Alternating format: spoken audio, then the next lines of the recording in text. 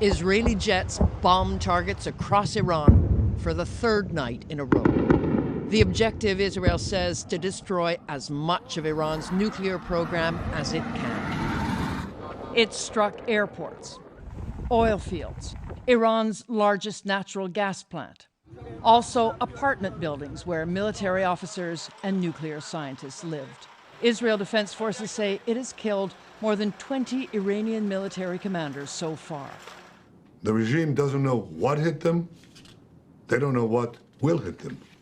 On Friday, Israel's Prime Minister Benjamin Netanyahu encouraged the Iranian people themselves to rise up. By standing up for your freedom from an evil and oppressive regime. But right now, shocked and scared by news of civilian deaths, rising up is the last thing on most Iranians' minds. After the initial strikes, Iran's supreme leader, Ayatollah Ali Khamenei, warned, quote, "The Zionist regime has made a grave mistake, and the consequences will bring it to ruin." Iran and Israel continue their missile barrage against the embittered two nations, while the United States continues to mull over whether to strike against Iranian nuclear and military facilities, while European leaders are mulling over diplomacy. So this is a Reuters article. Iran rules out nuclear talks under fire. Sources says Qatar met energy majors. Iran said on Friday it would not discuss the future of its nuclear program while under attack by Israel. As Europe tries to coax Tehran back into negotiations, the United States considers whether to get involved in the conflict. You know, it's very similar to a point in time where I remember when the United States were mulling over a retaliatory strike against Iraq in 1990 when they invaded Kuwait. And it took some, pressure from the Department of State, the Department of Defense, the CIA, Israel, and Saudi Arabia. And indeed they did. In fact, it was the Oil for Food program that basically killed over 500,000 men, women, and children that were under harsh economic sanctions. Because that's what the sanctions are an act of war. Because they didn't hurt the Ba'athist, the Hussein family or the Ba'athist leadership. They're already millionaires. It hurt the people. That's what it's there for. So to get the people to rise against the leadership. And they tried to do that with Syria, and they're trying to do that with Iran. Iran's a very steadfast country. Yes, there are a multitude of issues domestically, but does that mean Israel and the United States get to decide what goes on domestically? No. I mean, heaven forbid China and Russia decides that the United States government is evil. Ooh, don't want to say that. And that they're oppressing their own people as well as oppressing the people around the world. There's no government on the face of the earth that oppresses more people than the United States government does. You take one look at what's happening in your own country to realize the facts of what's going on outside its borders. A week into its campaign, Israel said it had struck dozens of military targets overnight, including missile production sites, a research body involved in nuclear weapons deployment in Tehran, and military facilities in western and central Iran. Iran launched a new barrage of missiles at Israel earlier today, striking near residential apartments, office buildings, and industrial facilities in the southern city of Beersheba. In fact, there were videos shown that the people in Tel Aviv and Haifa showing that there are targets inside those countries hitting police stations, intelligence, specific targeting. And, they're going crazy. Oh, my goodness. Someone's punching back. And it's always the civilians that always get hurt. It's a tragedy whether you think about it. Look, Israel government is evil. But the Israeli citizenry are not evil. They're victims, just like you and I. And don't lose sight of the fact of that, because when you do, you turn into just like them. And that's what we're fighting against, right? We're trying to. After air warnings later on Friday, Israeli media said initial reports pointed to missile impacts in Tel Aviv, the Negev, and Haifa. world oil markets were on high alert for any strikes that hit energy facilities in Iran or elsewhere in the Gulf, which affect supplies. That's another point to raise that is basically ignored. What does this do for the gas and oil trade, especially for the importing? Iran exports a lot of their oil from, I think, Argentina, if I'm correct. And Argentina buys more Iranian oil than any other country. I think that's true. Look that up and correct me if I'm wrong in the comments section. I think I read that somewhere. So here we go. I mean, first of all, I made videos saying, this won't be a full-out war. This is not a full-out war just yet. Like I said, there'll be a tit for tat. Israel is actually gauging what Iran can do. And I think this is a smart move by Israel, even though, again, they're being the antagonist here. But you have to think you have to have empathy for your enemy. You have to think like them. So for Israel, the country, the government, they're actually gauging what can Iran do in terms of a military response while shooting missiles into the country. They can reach far-reaching. But the United States is not involved just yet. And Iran could do a hell of a lot of damage. And we're going to talk about that in a minute. So what's the U.S. response? Trump will decide a potential Iran action within the next 2 weeks, the White House says. The Israel Air Force and Navy have intercepted hundreds of missiles launched toward the country, including more than 95% of those that were considered dangerous to Israel's soil. In addition to the offense to degrade the Iranian regime's firing capabilities, IDF soldiers are helping with interception efforts. Would Iran officials be willing to come to the White House for talks? Trump has said Iranian officials proposed possibly sending a delegation to the White House for negotiations of Iran's nuclear program, but Iran has scoffed at the idea. No Iranian official has ever asked to grovel at the gates of the White House. Iran's mission to the United Nations said on social media Wednesday. Iran does not negotiate under duress. Sounds familiar. The United States will not negotiate with the Taliban for bin Laden, right? Because we don't really want to capture bin Laden. We want to kill him. Because heaven forbid he starts talking about the CIA's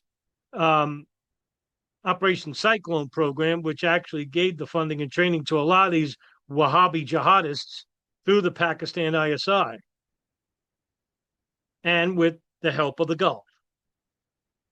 Billions of dollars were at stake. We did this in Ukraine. Get ready for the rise of right-wing nationalism. And at the crux of it will be immigration and the control of your weapons. Sounds conspiratorial. I'll get into that in a minute. It would be extraordinary, groundbreaking step for any official from the Iranian regime to step foot in the White House. The two governments had no diplomatic relations since the aftermath of the 1979 revolution that toppled the U.S. monarchy, with no embassies operating in either capital. Iran has long called for the United States the Great Satan and portrayed the Islamic Republic as an arch for fighting what it calls American imperialism. Remember, 1979 was a key year. Soviet invasion of Afghanistan, which led to the rise of Islamic jihadism, who was born from this year. Osama bin Laden, Abdullah Yusuf Azam, Gulbuddin Hekmatyar.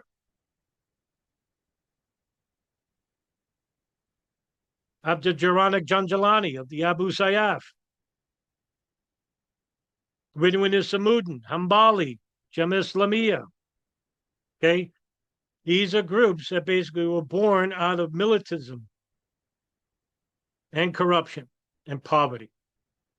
And that's when religious fundamentalism works best, especially when you're a degraded minority like the Muslims were at that time. And you had socialist Arab governments on their way out, and some of them were corrupt, which led to mass arrays of poverty. Just take a look at what happened in Egypt and Afghanistan. to understand how militism, jihadism works.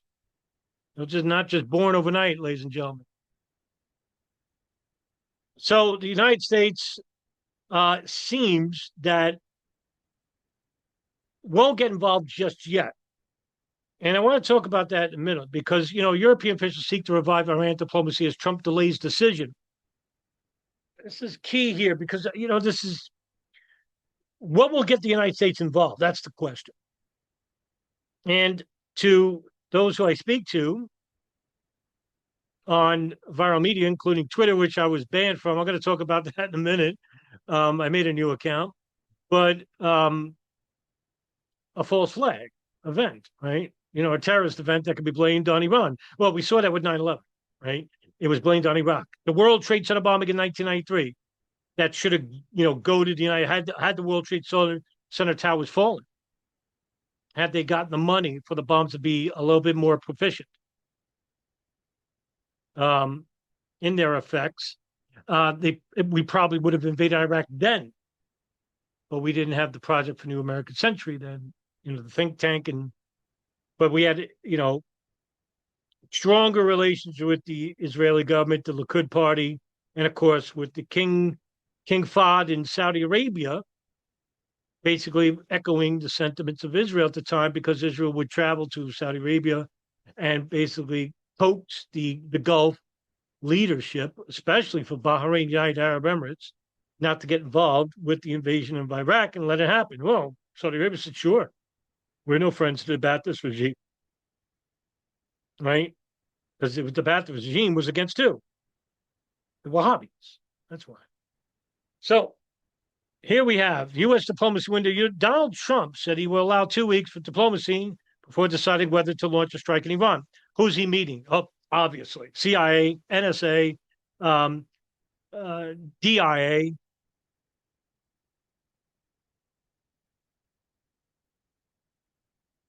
And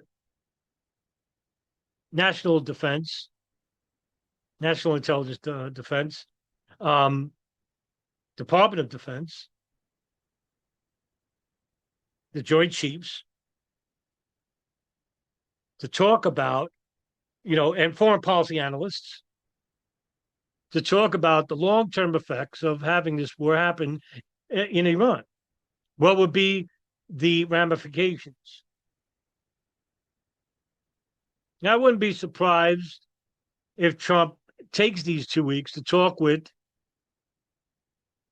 state officials, certain ones anyway, about what the ramifications would be has Iran or proxy armies retaliate with a terrorist strike inside these cities. How would you coordinate the National Guard? How would you coordinate with local police? How would you coordinate Army reserves if what I think is going to happen happens, where you have 50, 60, or 100 people that will be traced to Al Qaeda later, but it will be blamed on Iran. They'll say, oh, these are Hezbollah. We need to get rid of Iran. That's how we'll get into the war, by shooting thousands of people in the streets, or by using car bombs to blow up bridges and trains. This is what the landmarks plot was supposed to be, which would have been devastating more so than 9/11. 9/11 was more about a grandiose visual horror. And not many people die. Yeah, 3,000 people were killed. That's fucking tragedy. But when you really think about it, a real terrorist attack that I would come up with would kill tens of thousands. And something like, as I outlined in an earlier video, would really paralyze the nation. And I think that's what's going to happen. And the blame it'll be blamed on Hezbollah. And of course, the United States, just like with 9/11, they want their pound of flesh, and will agree. And then the blame will come onto the Biden administration. Oh, the Democrats allow for these weak borders. Meanwhile, the borders have always been weak, going all the way back to the Clinton administration, when NAFTA was enacted, and we outsourced our jobs to other countries, and we liquidated federal funding for our national defense. And it just got worse after 9/11. Because once we started bombing these Middle Eastern countries, which started, under the first Bush administration, Bush Senior, uh, it was only a matter of time before those people started looking elsewhere for homes, for jobs, and with those people come nefarious elements. You understand what I'm saying? I'm trying not to lose you. I'm trying to make sense of what the United States might go through regarding the current times here, and you have to think about this.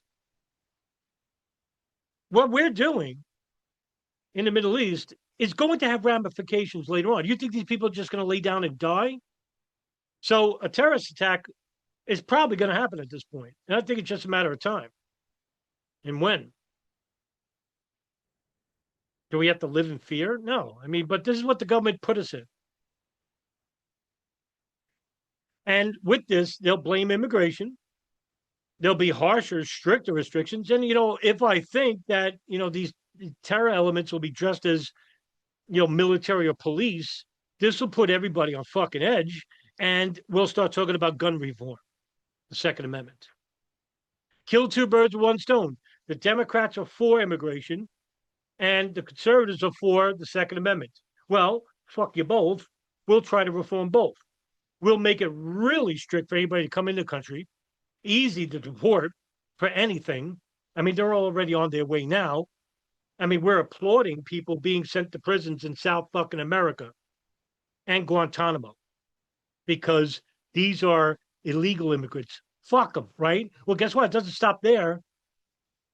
You're not safe. As I say, you're not safe. You're next, right? And then how do you disarm the public from having a retaliatory? Hey, listen, this is happening to me. I'm going to defend myself. Second Amendment reforms. Because we had easy access to guns. We have to make it harder so this type of terrorist event can never happen again. Or that if we retaliate against police and military because they might look like a terrorist, well, we might have to make it stricter for everyday Americans who have access to guns. That's how you defeat and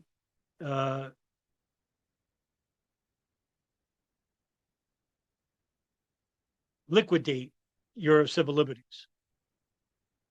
Does that make sense to you? I don't know. Look, U.S. officials are skeptical of the talks. A White House official kept the door open to progress. Israel threatens Iran's leader. Netanyahu has now ruled out targeting Iran's supreme leader, saying that no one in Iran should have immunity. After Israel's defense minister said Ayatollah Ali Khamenei cannot be allowed to continue to exist. Imagine vice versa. Khamenei said that about Netanyahu. The American press would be all over it. But because Netanyahu said it, it's good. Good for diplomacy. Well, you cut off the head of the snake, but there's 10 other snakes. Now take his place. You can't defeat terrorism by being a terrorist. End of story. Will the United States get involved? I think they will, but under a pretense of a false flag terrorist event. And when I say false flag, it's, the 9/11 Truth Movement uses that word very loosely. And a lot of these people in the Truth Movement basically say that, 9/11 was a false flag. And what they mean by it is that they don't believe in hijackers. They don't believe in planes. These are people that just, you can't take them seriously. People like Richard Gage, Barbara Honegger and, Christopher Bolin and Rebecca Roth and all these people, right? Jim Fetzer and Alex Jones. These are jokes, right? These are people that basically, fabricated, false conspiracies to get you to buy or donate to them. Instead of saying, I got new information, let's try to make it public and try to get new invigorated interest in getting maybe a court case or maybe getting enough attention to a new investigation, which with the new information that we have. But no, these people don't want that because they know what they're selling, people ain't buying, except for the detached few who are loyal. Now, this is a map. I love using Live Map. And as you can see that these are, I'm going to make myself disappear just for a second so you can see it. I'll put this in the description. It's a great a resource. It tells you about up-to-date strikes happening in the country of Israel and as well as Iran. You can move the map over, or you could, view it from afar, and see what's going on here. Let's say we click here. Iranian media air defenses activated in Isfahan, central and eastern Tehran. And, you could click it, tells you the news and what's happening currently, right? Over here, Israeli army said it detected a new launch of ballistic missiles from Iran. Sirens will sound in the coming minutes. This is an hour ago. Here, Israeli warplane struck defense systems in Asabad, Hamadan. And, some of these are videos, some of these are pictures. It's an awesome resource, really is. And, up-to-date news. So what's going on here? There's a lot of action here in Israel, right? Serious injury in Haifa and Shefa Amir as a result of Iranian shelling of Israel. 26 missiles were launched in a barrage from Iran. 26 missiles, right? Look at this. Imagine seeing that across your skies, right?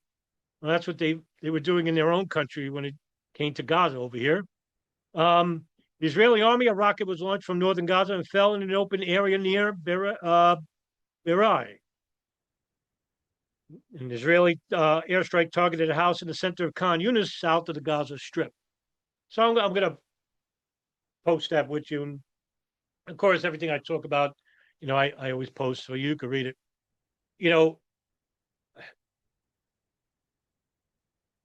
U.S. relations with Iran under the Biden administration was shaped by essentially the Joint Comprehensive Plan of Action, or the JCPOA. Now, we were supposed to have negotiations, but they stalled, and it was held in Vienna, in Italy. And Iran had increased their enrichment, uranium enrichment, and imposed at the same time with U.S. sanctions, with retaliatory sanctions. While the Biden administration basically went over and beyond and said, all right, we'll impose new sanctions over your missile, oil, and human rights programs. That's right, human rights programs. Tensions throughout this 4 years were marked by proxy attacks on U.S. bases. That's true. But at the same time, what the U.S. media won't do, and especially the Department of State in their White House press briefings, is basically tell you that under Qasem Soleimani, the Iranian proxy armies, the Quds Force, the Iranian Revolutionary Guard, were fighting against U.S.-backed Salafi terrorists in Syria. And they were gaining ground with the help of the Russian Air Force. And it was Assad that, allowed for this to happen so you can get rid of these people. But at the same time, there was war crimes happening. So it's not like everybody, nobody didn't have bloody hands here when it came to Syria, Russia, United States, Iran, and Israel. Okay, everybody has bloody hands here. It's because there is no moral government. I don't care where you are, especially any first, second, or third world country. And of course, with this came a lot of conspiracy theories about how Iran was accused of interfering with the 2024 election through cyber operations and artificial intelligence disinformation. All this was basically to disseminate and brainwash the American consciences to thinking that Iran is this great source of evil, that they are the biggest exporter of terrorism. Remember, years ago, the biggest exporter of terrorism was who? Iraq. Was it ever Pakistan? Was it ever Saudi Arabia? Their entire governments and military, their intelligence services, are filled with sympathizers of the jihadist mindset. They hate the West. They fucking hate them. In the same fashion, the Israeli government hates the West, the United States. They don't like them either. Ask anybody like Ben Gvir or Daniela Weiss, right? These people who are from the Yodig Yehud party or the religious Zionist party, right? The Kahanists. These fucking people are nuts. And they believe in like killing everybody in the Middle East and expanding the borders of Israel for the Greater Israel Project. Yeah, they really fucking believe this. In the same fashion, we have evangelical Christians here that donate to the John Hagee Foundation, which is, this mega church pastor in Atlanta, I think in Florida or Atlanta, right? That he believes that, by sending $5,000, yes, $5,000, which he calls a seed gift, to have a Jew go back to Israel, because the evangelical Christians actually believe that all the Jews need to go back to Israel, build the third temple, and the armies of the world come in, and the Battle of Armageddon, right? Jesus Christ comes down, kills all the non-Christians after giving them a second chance to convert, right? That's what they fucking believe this. These people are flat out nuts. And, it doesn't matter. The reason why I said this is because I want to show you that there is no difference between Biden and Trump. And not when it comes to geopolitics. When it comes to domestic issues, the two of them couldn't be put more than polar opposites. This is meant to divide the public. But when it comes to the greater picture, when it comes to hegemony in the world, there is no difference. That's why there's no left and right. And don't you believe it? No such thing. All right. Last but not least, I want to show you something. Last Friday, as you could see, I wake up, my account's suspended, and it's permanent. After careful review, we determined you broke the X rules. Your account is permanently removed. This is my original account. I made a new account. I appealed twice. Nothing. So I don't know why. I look, I'm not fantastical. I don't curse. I don't post memes, constantly. And once in a while I'll do it. I post mature, prima facie documents, files, my videos, and I send them out to like 6 people. I'll find 6 big accounts, post in their comment section. That's the most.